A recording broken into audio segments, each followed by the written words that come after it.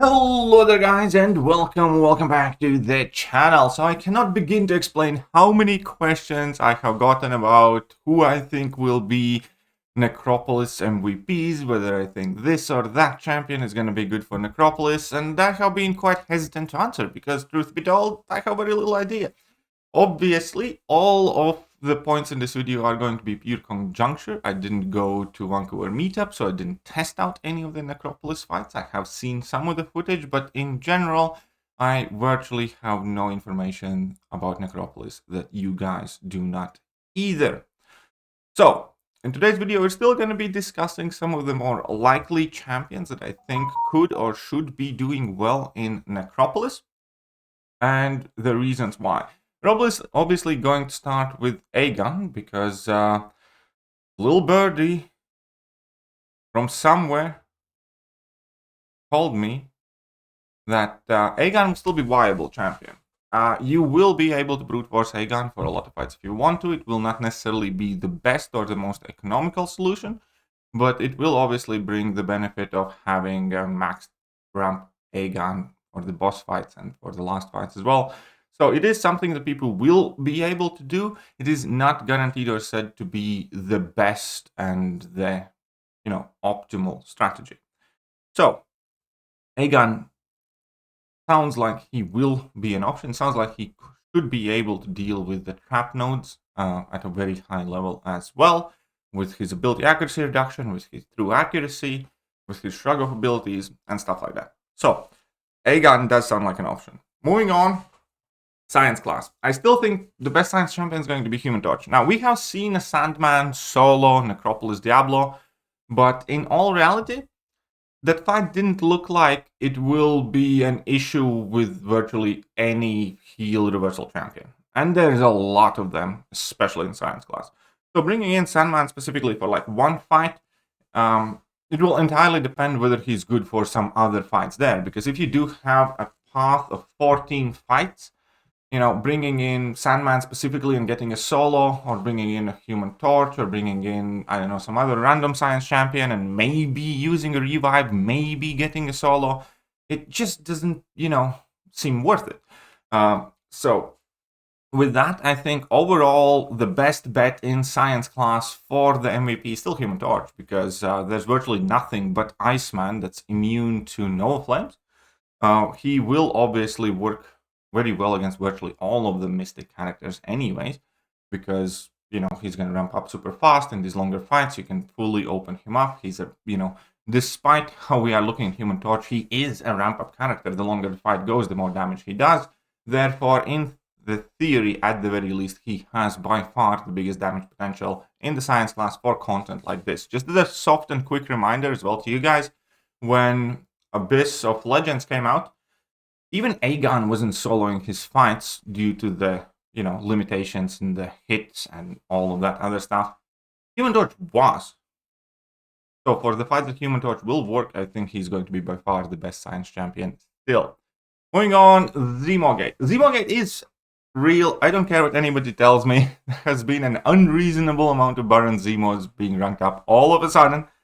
And that said, obviously, there have been things said, there have been, hints given that Zemo is going to be good. It is obviously also expected because you can ramp up the 99 bleeds, have the 99 bleeds do crazy good work over time. On top of it all, he has the Deaccelerate, he has the non-contact medium, he has the Disorient to be able to switch off the nodes.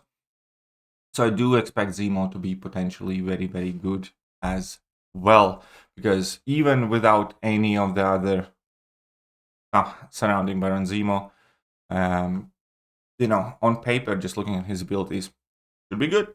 We'll see whether that's the case or not.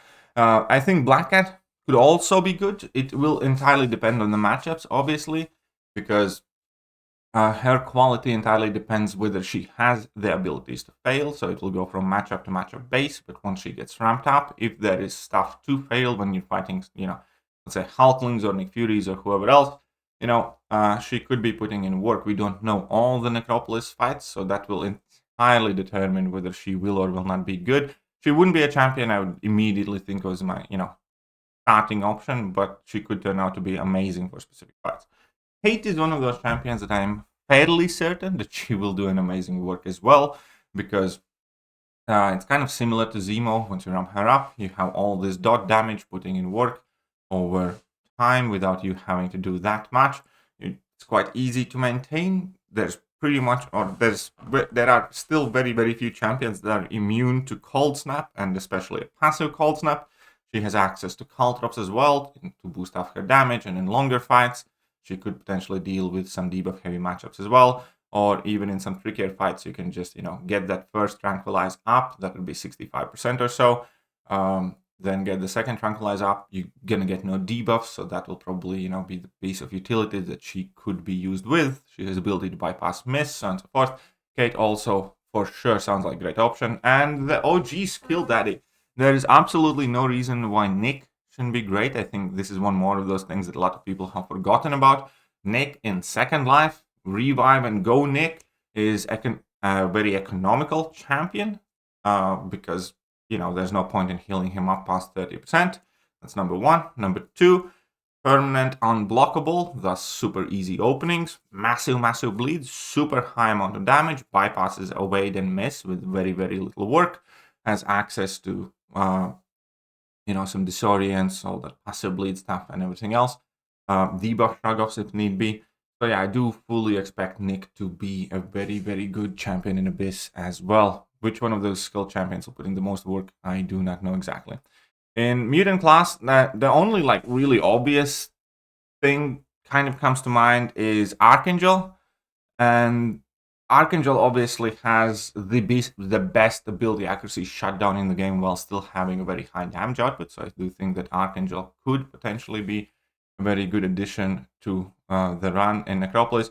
One more champion that I think could do much better than people realize is Toad, because specifically in skill matchups, depending who they are and the way they are, Toad is going to be insane, obviously, because you can just go up to your, you can just spam your level ones, get your paralytic secretions on. Your level ones are going to be hitting super hard, and also your passive poisons are going to do a ton of damage. So I do think that Toad has a very, very good chance of doing a ton of work.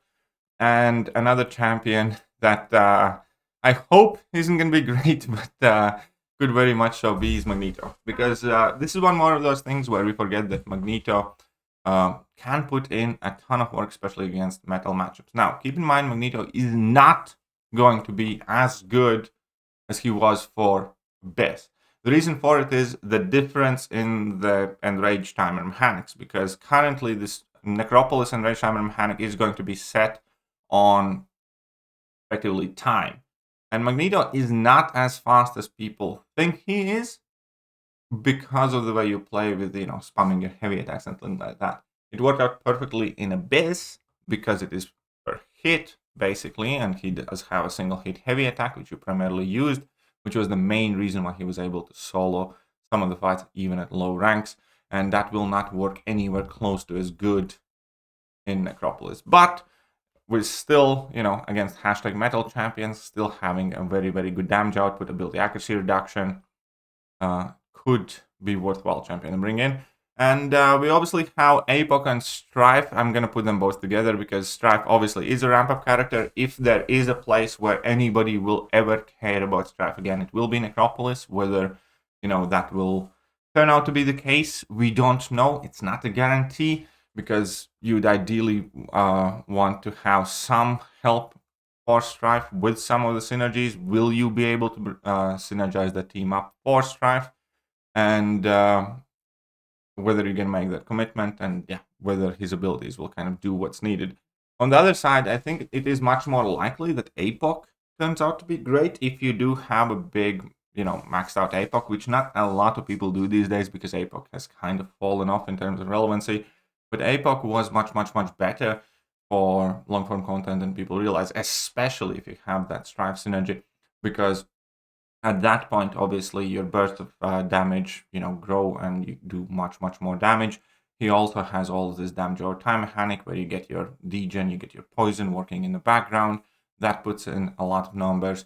And his abilities also are kind of clutch. Once you ramp him up, he can go bleed immune, he can go incinerate immune, he can shut down their evades, and so forth. So There is a chance that either or of these two champions are going to be good. I'm not going to be initially focusing on them, but we'll see how it works out. Now, the tech champion that's most likely to smash a ton of things is Shuri, because with Shuri, obviously, you can play extremely actively, you can be spamming your hits, you can be quickly recharging your strikers, and she's just going to do crazy numbers. On top of it all, she does have all these very quirky bits of utility, including shock immunity, the fact that all of her attacks are energy damage. So, for instance, one of those trap nodes where when you hit the opponent was they're cornered with physical hits, you take damage back. That will not apply to Shuri. Max her up, let the passive shock do the work. You just hit them with the guaranteed crits meanwhile whilst you're at max ramp up. And yeah, that should be an insane amount of damage for Shuri with crazy good bits of utility. We know for a fact that Attuma, for instance, is going to be in Necropolis. She is overall considered to be one of the best Attuma counters. So definitely keep an eye on Shuri. I think Omega Sentinel is an underrated champion that could work extremely well because you can build up your Incinerates with max stacks of 20, putting in a crap ton of work over time whilst maintaining and obviously dropping your special attacks and all that stuff. So I think Omega Sentinel has the second best chance of being a very, very good tech character for Necropolis. And then we have Lady Deathstrike. People do kind of forget that Lady Deathstrike is also a ramp-up character. You do need to have her awaken for that, but basically you get these passive armor ups. Your armor rating does increase the amount of rapture damage that you do.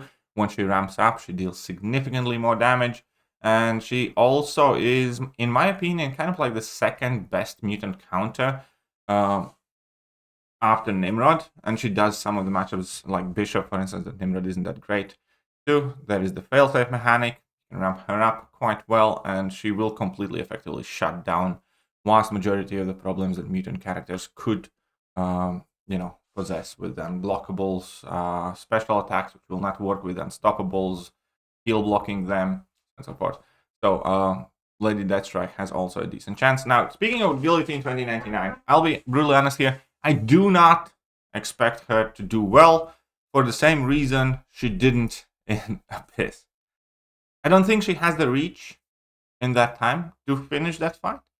And if you can't reliably finish up fights with Guillotine, it kind of becomes pointless of a ramp character because you have to start every next fight re-ramping her up. And that's always been like one of the biggest, downfalls of Guillotine. You have to finish the fight at level 3.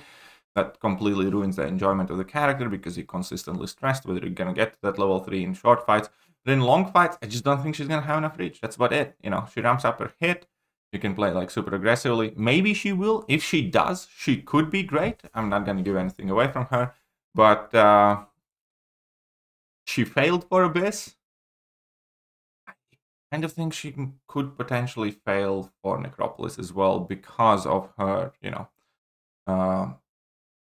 soul transfer or ramp up save mechanic where you need to finish the fight with a level 3 starting damage is not great at all. And then obviously, God forbid you make a mistake and you get KO'd and you lose your ramp up as well, which is not something that happens with most other ramp up characters. The characters that ramp up in between the fights, like Aegon or whatever. Make a mistake, you get KO'd, you get right back in there. Here, it's not that much the case.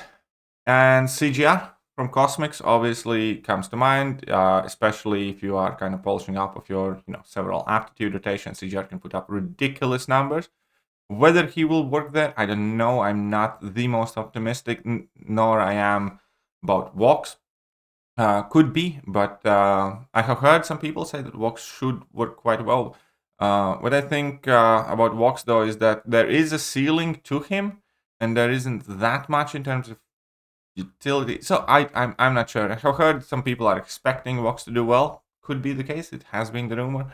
I'm personally not too concerned about not having a Vox or something like that. I don't think anything he does will be majorly needed and will not be able to be replaced. Now, on the other hand, I think Null is going to be potentially one of the really, really solid options. Because, again, as soon as the Symbiote Challenge came, we all saw and realized how much better Null is for a lot of this stuff. Because, you ramp him up, you get level 3, you get plenty of your charges, and then you just put in a ton of work, a ton of damage. And there is literally no reason why it wouldn't work yet again. And yeah, I think Null is somebody to keep an eye out for. Hercules, we always expect Gaban these days to kind of Hercules proof a lot of content. And I'm sure they will try. I will, however, say from personal experience, when I got my Hercules initially, and I brought him in like Abyss, and I brought him in Labyrinth, and I did some Labyrinth speedruns. Herc did not do that well. Because Hercules damage without Recall Masteries isn't like that great without some crazy boosts and hacks. It's good, but it's, not at the tippy top of this kind of like Everest ramp-up game. And if you put on Recall, and if you put on boosts, even if you don't put on boosts, if you just put on Recall, he takes a lot in health potions, whether you like it or not. So I don't know. I think one of the two things are gonna happen here. Either I don't think Herc is as good for Everest content as many people think he would be. Number one, and number two, if he was for that content, I think Abam would try to obviously neutralize and stop him with the nodes, with the champions we need to fight. And sometimes they fail, like they famously failed with Seraste's boss, but I don't think they're gonna have to worry about him too much in this type of content. Moving on, Gamora has been shown to do some interesting things. I think it could potentially be a way or a place for Gamora to shine. She does have some, neat little nice bits of utility as well, because in special attacks, no, special one. Where is that bypass? Miss. Nothing too much here. Always active. Gamora's personal buffs gain 15% duration. If Gamora has 8 or more personal buffs, her attacks cannot miss. So she can bypass miss and she can do a lot of damage, basically. Will that be enough to bring her in? I doubt it. I think we are going to find better damage dealers with more utility. Because, again, the focus on Necropolis evidently has to be building a good team, not just doing a lot of damage. Because you will look at a path of about 14 fights and a boss fight, so 15 fight path total. On average, every champion has to be able to do about 3 fights in order to be able to pull their weight. That's on average. Obviously, if there's one champion that can do 5 or 6 fights, you can bring in a specific champion as a counter for like a very problematic fight and stuff like that. I just don't think Gamora will kind of like fulfill those roles too much. So I would kind of like strike her out from this as well, because, it would be tremendously easy to stop her. Moving on to the Mystic class, we have Tigra, which inevitably could be one of the MVPs. Tigra has some ridiculous amount of damage.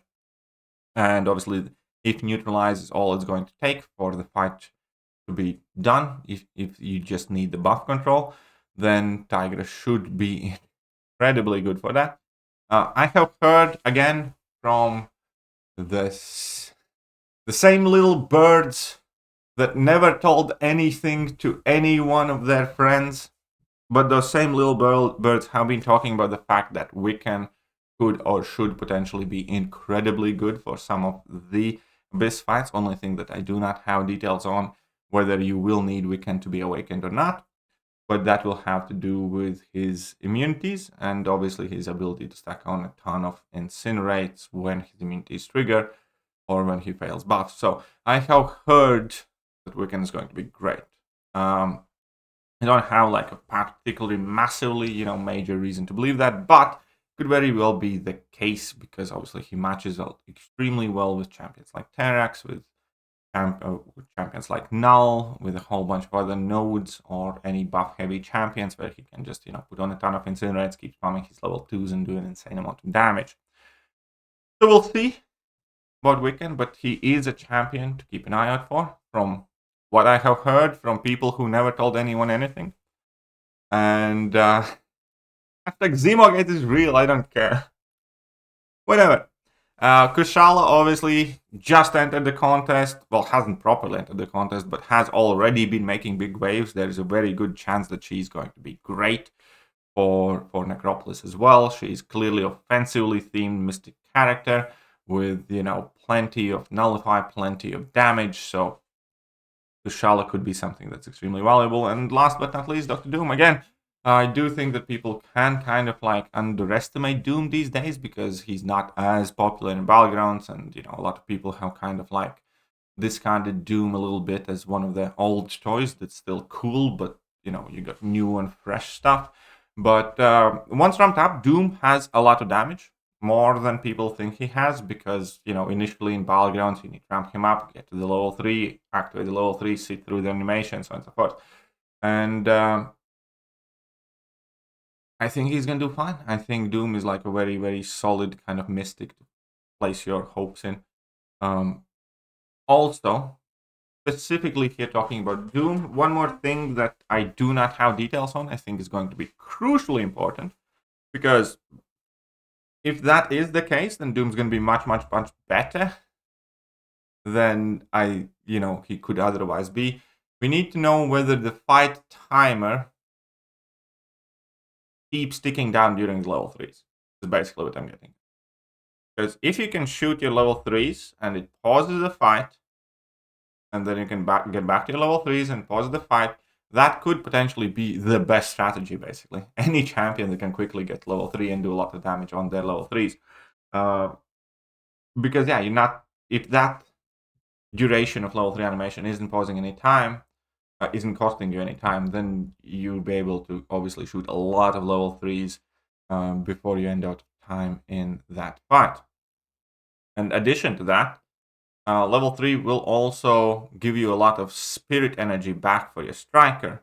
So strategy of, being super aggressive, pushing your level 3s, putting champion in Doom cycle, and recharging your striker, incorporating and activating your strikers, as you are going for the level 3s, could potentially be like the winning strategy in any fight where it works.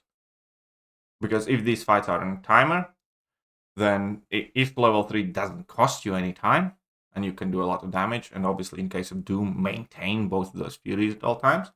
So you will have a very high damage, per effective fight second that's counted. And also, the spirit and using strikers will let you, recharge that time a lot. So, depending on that, Doom could either be insane or still solid. Not too sure how it will work out. Let me know what you guys think. But overall, these are my guesses. Obviously, there are other champions who could work out to be very good. As I said in the beginning, I don't have any more information than you guys have. These are pure guesses based on the way champion abilities work, based on whether, they have some sort of bigger scaling or bigger ramp up, and where does it rank, how hard it is to maintain, and all that other stuff. But this is about as much of a thought as I have given to the champions up until now that could or could not be great for Necropolis.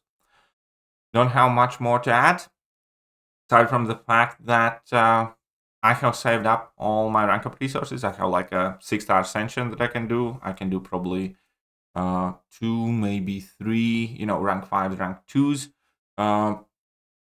for Necropolis as well. And, as I see the content and as it drops, that then is when I'm going to make my decisions, which is exactly what I recommend you guys do as well. Either way, I'll catch you guys soon. Bye-bye.